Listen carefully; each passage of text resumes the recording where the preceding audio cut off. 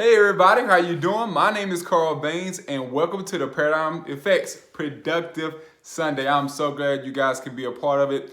And so tonight we're going to go straight into it. Tonight we're going to be talking about how to have a fulfilling life. How to have a fulfilling life. And I'm excited about this one because it's so many people out there that are searching to have a fulfilled life. What does that mean? How to start walking toward it, how to get connected to it, right? So many questions and so many things that are out there. And so tonight we're going to be talking about ways you can have a fulfilled life. Remember, we're human, and so I'm going to just be talking about a couple of ways that you can have it. And so my way may not be your way. I want to make sure that I'm clear with that. But tonight I want to share with you some ways to have a fulfilled life that I feel like was great for the individuals, groups, and domestic and abroad on how to have that. Okay, so let's get started. So the first thing that I know to be true to have a fulfilled life is just basically decide. Just decide. And people always say, Carl, what do you mean by that? And when you make a decision in life, that's when you start having a fulfilled life. Now, let me go into detail with that. When you decide to have a great day, when you decide to do things that are out there to allow you to be a better person, to make you even greater person, when you decide to get up and have a great day, when you decide to make a decision on working on your body, when you decide to start reading more, when you decide to start making things happen on that idea that has always been there, but you've been sitting on it and sitting on it and sitting on it. Making a decision is one of the top things I know to be true to have a fulfilling life. All right? The next thing is this. Don't sweat the small stuff, okay? It's so many people out there that sweat the small stuff, and here's what I mean by that. Oh gosh, this person just came over in my lane. That's small, that's minute. Oh, they got my food wrong. Or or woe is me at my job that I'm getting paid for it every 2 weeks.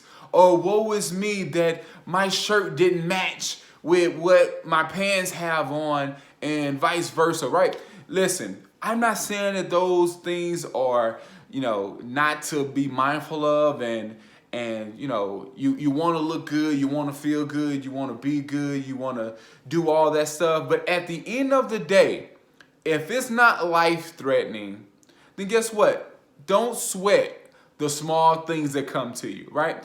We know for a fact that people are out there that's going through more and more every day than we are, right? There's some people are hurting mentally, people are hurting physically, people are hurting emotionally, right?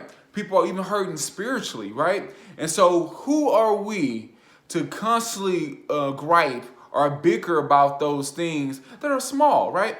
And so here's my theory. At the end of the day, change what you can change. I said it. Change what you can change, and the rest of it, give it to a higher purpose, a higher conscience, God, whatever you believe to be true, right? At the end of the day, if you can't control it, guess what? Give it to a higher purpose or a higher conscience, okay? So at the end of the day, don't sweat them small things, okay? Right? That will allow you to be a fulfilled person. The third thing, constantly be grateful for where you are today. Okay? I'm not talking about what happened in the past. I don't want you to think about what's coming in the future. What I want you to do is I want you to be grateful right now where you're sitting right now. Right? I want you after this video to take 10 to 15 minutes and write down 10 to 5 things, 5 to 10. Remember, be transparent. We're not perfect. 5 to 10 things that you can be grateful today, right now, at this moment. Because I know that you have at minimum 10 to 15 things that you can think of. You can think of 100 things right now that you're grateful for. Here's why I say that. Because we know for a fact that it's more people going through than going to than where we are at right now. And so we can be grateful for all the many things that we have. Grateful to do these videos to share with you. Grateful to have a shirt on my back. Grateful to be able to talk to you guys, right? Be able to share a gift. Being able to breathe.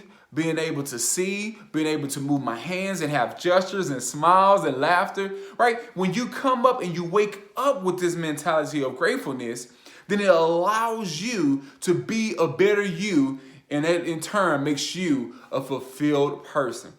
All right, let's talk about emotionally fulfilling, right? Let's go to the next thing, emotionally, right? Thinking of all the things that you've been great at, thinking of all the things that you can be excited for.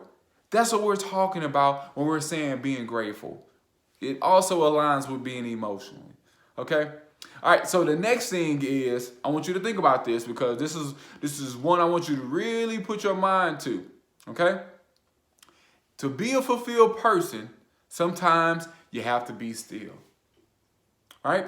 You have to be still and just know that you know that you know. Okay? And some people sometimes call it arrogance, but I call it conviction, right? There was a part of my life, many parts of my life, that I had to know, that I had to know, that I had to know. Okay? And at the end of the day, that's conviction, knowing that, guess what? You are who you are. You know who you are mentally. You know who you are spiritually. You know who you are emotionally, and you know who you are physically. Okay? So that's just having conviction and knowing that you know, that you know, that you know. Now, remind you, sometimes arrogance may try to slip up in there. But remember, we're not trying to be arrogant. We're just confident in who we know and who we are and who we're going to be. And that allows us to be fulfilled. Number two, or the next thing, right? The next thing is this. You have something in you that's greater than you. You have a power that's in you that's greater than you. And I want you to make sure that you tap into it, right? On a day-to-day basis. I think we talked about this last week, all right? And so I want you to tap into that every day and know that you have this fulfillment. So that's it. I want you guys to just work on that. I'm not going to go deep into this video. I'm not going to go into strategic ways and how we can tap into it. If you want that, hit me up directly at cbaines@theparadigmeffect.com. But tonight, here's your homework.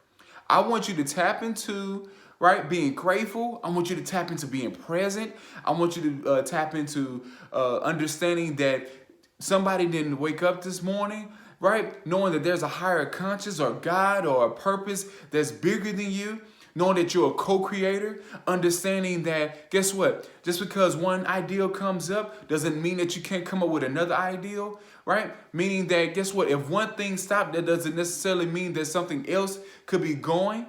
And so that allows you to be fulfilled. Being still sometimes allows you to be fulfilled, right? Aligning yourself and growing allows you to be fulfilled.